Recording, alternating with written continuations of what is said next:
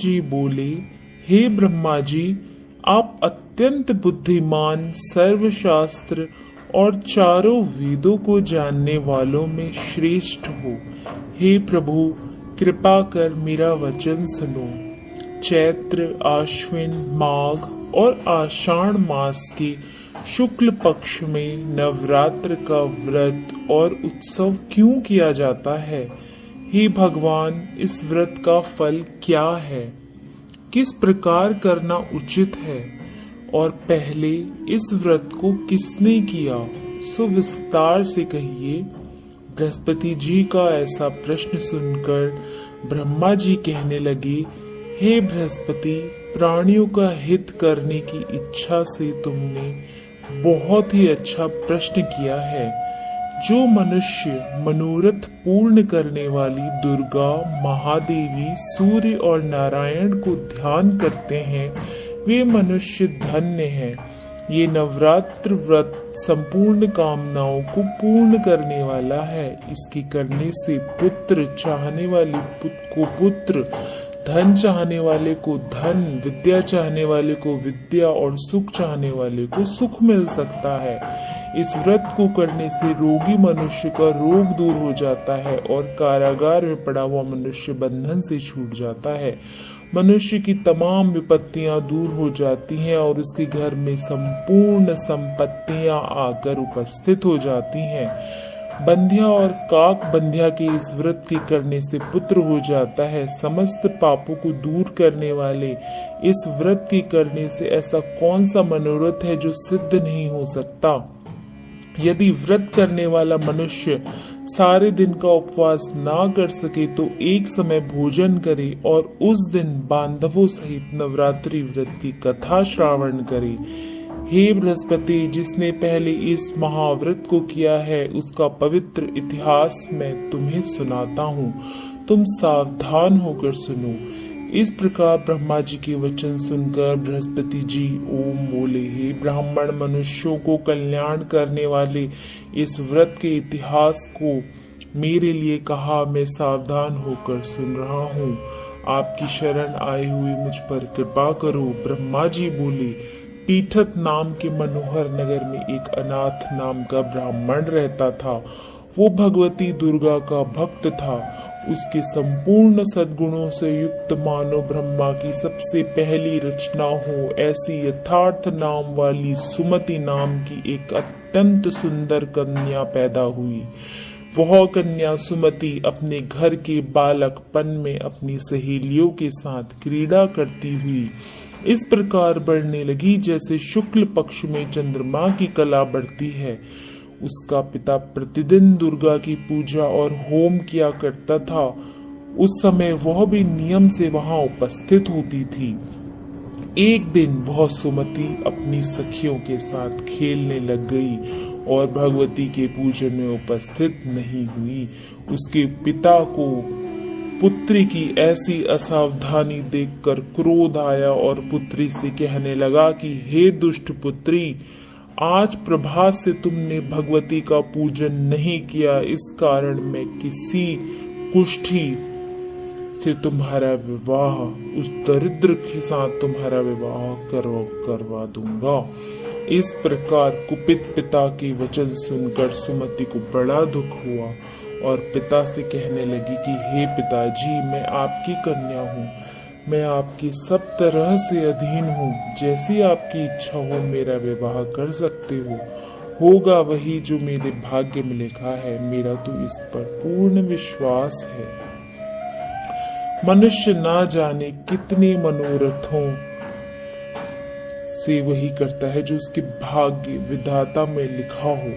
जो जैसा करता है उसको फल भी उस कर्म के अनुसार ही मिलता है, क्योंकि कर्म करना मनुष्य के अधीन है पर फल देव के अधीन है। जैसे अग्नि में पड़े हुए तृण दी उसको अधिक प्रदीप्त कर देते हैं, उसी तरह अपनी कन्या के ऐसे निर्भयता से कहे हुए वचन सुनकर उस ब्राह्मण को अधिक क्रोध आया। तब उसने अपनी कन्या का एक कुष्ठी के साथ विवाह कर दिया और अत्यंत क्रुद्ध होकर पुत्री से कहने लगा कि जाओ, जल्दी जाओ, अपने कर्म का फल भोगो। देखे, केवल भाग्य भरोसे पर रहकर क्या करती हो तुम। इस प्रकार से कहते हुए पिता के कटु वचनों को सुनकर सुमति अपने मन में विचार करने लगी कि हे भगवान, मेरा बड़ा दुर्भाग्य है जिससे मुझे ऐसा पति मिला। इस तरह अपने दुख का विचार करती हुई वह सुमति अपने पति के साथ वन में चली गई और भयानक वन में कुशायुक्त स्थान पर उन्होंने वह रात बड़े कष्ट से व्यतीत की। उस गरीब बालिका की ऐसी दशा देखकर भगवती पूर्व पुण्य के प्रभाव से प्रकट होकर सुमति से कहने लगी कि हे ब्राह्मणी, मैं तुम पर प्रसन्न हूँ, तुम जो चाहो वरदान मांग सकती हो। मैं प्रसन्न होने पर मनवांछित फल देने वाली हूँ। इस प्रकार भगवती दुर्गा का वचन सुनकर ब्रह्माणी कहने लगी कि आप कौन हैं, मुझ पर जो प्रसन्न हुई हैं, यह सब मेरे लिए कहा और अपनी कृपा दृष्टि से मुझ दासी को कृतार्थ करो। ऐसी ब्राह्मणी का वचन सुनकर देवी कहने लगी कि मैं आदि शक्ति हूँ, मैं ही ब्रह्मा, विद्या और सरस्वती हूँ। बोलो माता रानी की जय। मैं प्रसन्न होने पर प्राणियों का दुख दूर कर देती हूँ, उसको सुख प्रदान करती हूँ। हे ब्रह्माणी, मैं तुम पर तेरे पूर्व जन्म के पुण्य के प्रभाव से प्रसन्न हूँ। तुम्हारे पूर्व जन्म का वृत्तांत सुनाती हूँ, सुनो। तू पूर्व जन्म में भील की स्त्री थी और अति पतिव्रता थी। एक दिन तेरे पति निषाद ने चोरी की। चोरी के कारण तुम दोनों को सिपाहियों ने पकड़ लिया और ले जाकर जेल खाने में कैद कर दिया। उन लोगों ने तेरे को और तेरे पति को भोजन भी नहीं दिया। इस प्रकार नवरात्र के दिनों में तुमने ना कुछ खाया और ना जल ही पिया, इसलिए 9 दिनों तक नवरात्र का व्रत हो गया। हे ब्रह्माणी, उन दिनों में जो व्रत हुआ उस व्रत के प्रभाव से प्रसन्न होकर तुम्हें मनोवांछित वस्तु दे रही हूँ। तुम्हारी जो इच्छा हो सो मांगो। इस प्रकार दुर्गा के कहे वचन को सुनकर ब्रह्माणी बोली कि अगर आप मुझ पर प्रसन्न हैं तो हे दुर्गे, आपको प्रणाम करती हूँ। कृपा करके मेरे पति के कोढ़ को दूर करो। देवी कहने लगी कि उन दिनों में जो तुमने व्रत किया था उस व्रत के एक दिन का पुण्य अपने पति का कोढ़ दूर करने के लिए अर्पण करो। मेरे प्रभाव से तेरा पति कोढ़ से रहित और सोने के समान शरीर वाला हो जाएगा। ब्रह्मा जी बोले। इस प्रकार देवी का वचन सुनकर वह ब्रह्माणी बहुत प्रसन्न हुई और पति को निरोग करने की इच्छा से ठीक है ऐसा बोली। तब तक उसके पति का शरीर भगवती दुर्गा की कृपा से कुष्ठहीन होकर अति कांति युक्त हो गया, जिसकी कांति के सामने चंद्रमा की कांति भी क्षीण हो जाती है। वह ब्राह्मणी पति की मनोहर देह को देखकर देवी को अति पराक्रमी वाली समझकर स्तुति करने लगी कि हे दुर्गे, आप दुर्गत को दूर करने वाली, तीनों जगत का संताप हरने वाली, समस्त दुखों को दूर करने वाली, रोगी मनुष्यों को निरोग करने वाली, प्रसन्न होने पर मनवांछित वस्तु देने वाली और दुष्ट मनुष्य का नाश करने वाली हो। तुम ही सारे जगत की माता और पिता हो। हे अम्बे, मुझ अपराध रहित अबला की मरे पिता ने कुष्ठ के साथ विवाह कर मुझे घर से निकाल दिया। उसकी निकाली हुई मैं पृथ्वी पर घूमने लगी। आपने ही मेरा इस आपत्ति रूपी समुद्र से उद्धार किया है। हे देवी, आपको मैं प्रणाम करती हूँ। मुझ दीन की रक्षा करो। ब्रह्मा जी बोले कि हे बृहस्पति, इसी प्रकार उस सुमति ने मन से देवी की बहुत स्तुति की। उससे की हुई स्तुति सुनकर देवी को बहुत संतोष हुआ और ब्रह्माणी से कहने लगी कि हे ब्रह्माणी, तुम्हारे उदायल नाम का एक अति बुद्धिमान, धनवान, कीर्तिमान और जितेंद्रिय पुत्र शीघ्र ही होगा। ऐसा कहकर वह देवी उस ब्रह्माणी से फिर कहने लगी कि हे ब्रह्माणी, और जो कुछ तेरी इच्छा हो वही मनवांचित वस्तु तुम मांग सकती हो। ऐसा भगवती दुर्गा का वचन सुनकर सुमति बोली कि हे भगवती दुर्गे, अगर आप मेरे पर प्रसन्न हैं तो कृपा कर मुझे नवरात्रि विधि बताइए। हे दयावती, जिस विधि से नवरात्र व्रत करने से आप प्रसन्न होती हैं, उस विधि और उसके फल को मेरे लिए विस्तार से वर्णन करें।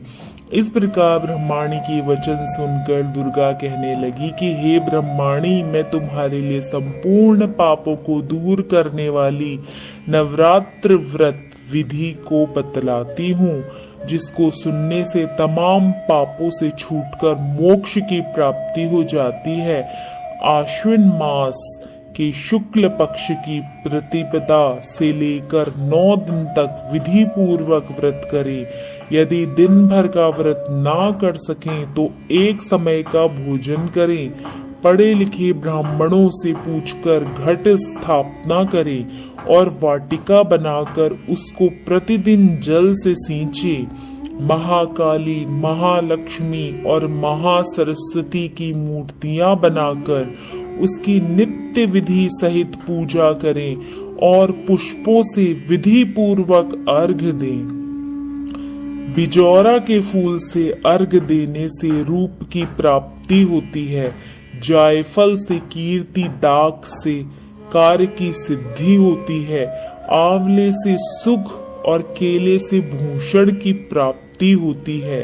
इस प्रकार फलों से अर्घ्य देकर यथाविधि हवन करें। खांड, घी, गेहूं, शहद, जौ, तिल, बिंब, नारियल, दाख और कदम, इनसे हवन करें। गेहूं होम करने से लक्ष्मी की प्राप्ति होती है।